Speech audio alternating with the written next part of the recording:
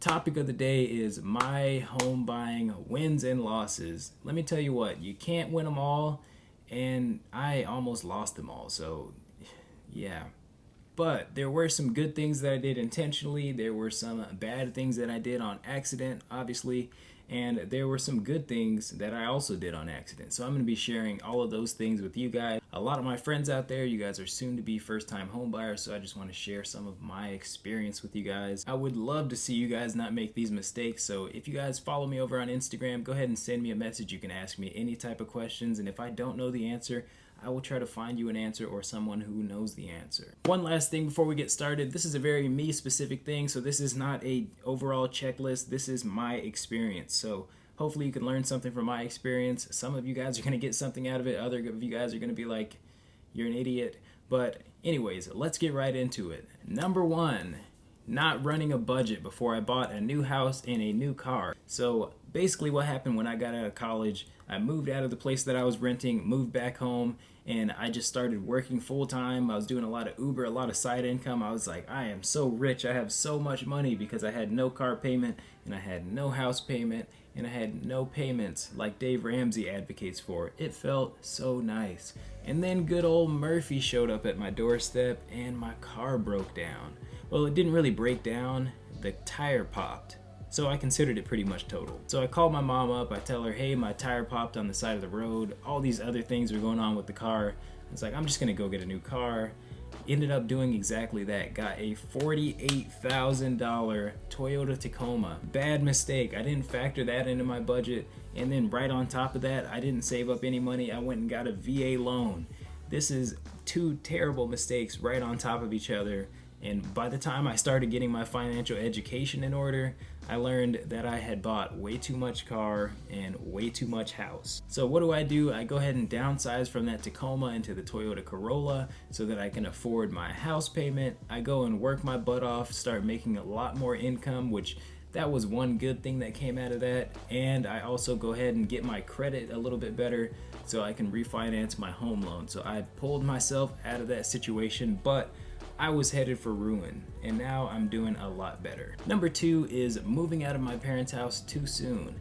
And they were willing to keep me for a little bit longer, and I didn't realize how much harder life was gonna get when I picked up this house payment. So a lot of you guys out there are currently living with your parents and you're thinking about picking up a $1,500, $2,000, $2,500 house payment, and trust me, you better have a darn good reason. Because if you are not buying a good deal or you don't have any future plans with that house, you are gonna feel it. You are gonna feel it.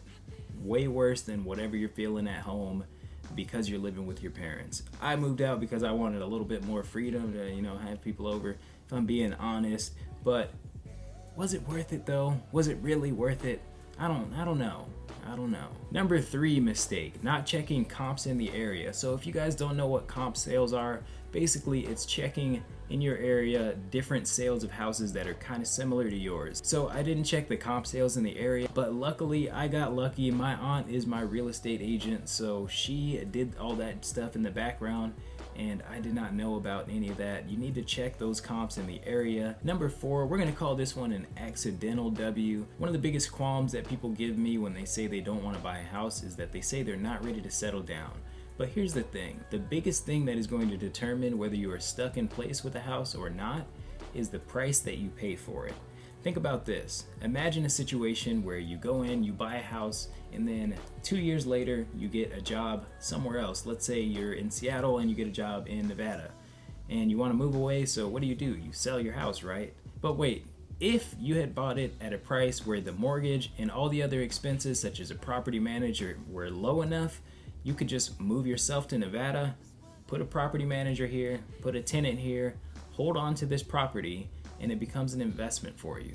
But let's say that rents in the area are $1,800 and your mortgage is $1,900.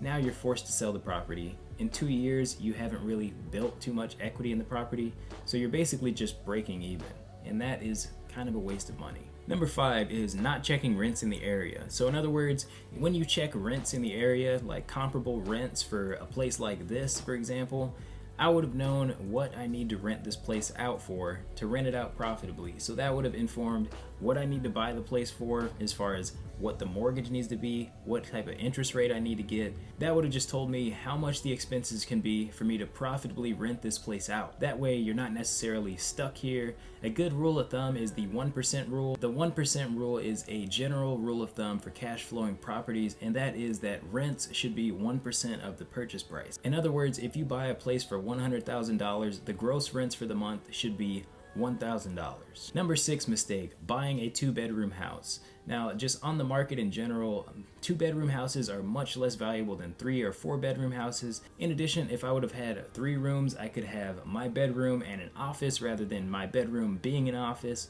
Or I could have had another roommate. It's just, there's more utility in a 3-bedroom house. 2-bedroom house is a little rough, but that is what I could afford, and that is making me a lot more financially comfortable than a lot of the 3-bedroom houses that I was looking at would have been.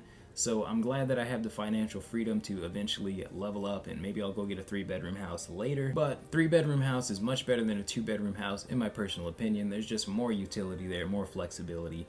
If I could do it again, I would either go with a duplex, which that was going to be a little bit tough as far as affordability. Then I could rent out the other side, or I would go with probably a 4-bedroom house so I could have 2 roommates and an office. Number 7, we're going to call this a W. Having a roommate. So having a roommate has been very instrumental to just being a little bit more free, being able to breathe a little bit more easier. My expenses are a lot lower when I'm collaborating with a roommate. Number 8 is having a lease agreement with my roommate. So this is something that I don't think I'm ever going to have to use, but it's just good for there to be a legal document there, just because people are very self-interested. You just never know what you're going to do when it comes to money. And here's my thing with a lease agreement with your roommates. Even if they're your friends, you should trust your friends. So whatever you put in the lease agreement, look, it's just an agreement. It's putting it on paper. You're just going to sign it, and you can just stash it away in your desk. Most likely you're never going to have to use it, but in that off chance that something does happen, there is a legal precedent for what's supposed to happen. No one's going to get screwed. You're not going to get screwed. They're not going to get screwed. It just works out better.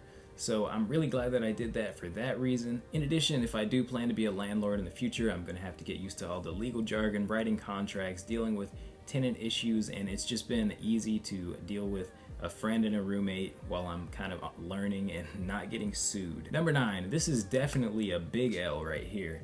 Not reading my HOA contract. So if you guys watched my videos before, you saw that I was doing Airbnb. I did not realize that you cannot do that in my HOA contract.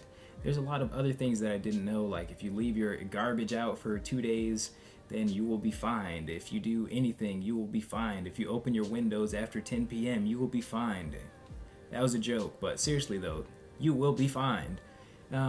One thing that I definitely recommend for people is if you are buying in an HOA, it's not always bad, but make sure you read the contract, ask the locals about it, and meet the leadership when you go into an HOA, because you need to know what you are getting yourself into. Number 10, this is a mistake that my aunt made sure that I avoided, and that is maxing out your loan amount. I was approved for $350,000. This house, I bought it for $247,000, but basically what the bank does is they look at your financial situation and they say, look, if we loan you any more money than this, you're going to be in a lot of financial stress. So staying under that is just one of the keys to building wealth that we talk about here on this channel, living under your means. If I would have taken out that $350,000 loan, unless I would have got that 3-bedroom where I can have another roommate, I would have been struggling. That would have been a big mortgage payment for me.